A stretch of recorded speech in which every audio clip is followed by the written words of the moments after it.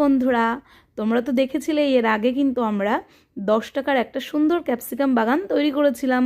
তাই তোমরাও কিন্তু একটা ক্যাপসিকাম কিনে নিয়ে তার বীজগুলোকে শুকনো করে নিয়ে প্রত্যেকটা বীজ ছড়িয়ে এরকমভাবে তোমরা ক্যাপসিকাম গাছের বানিয়ে নিতে পারো।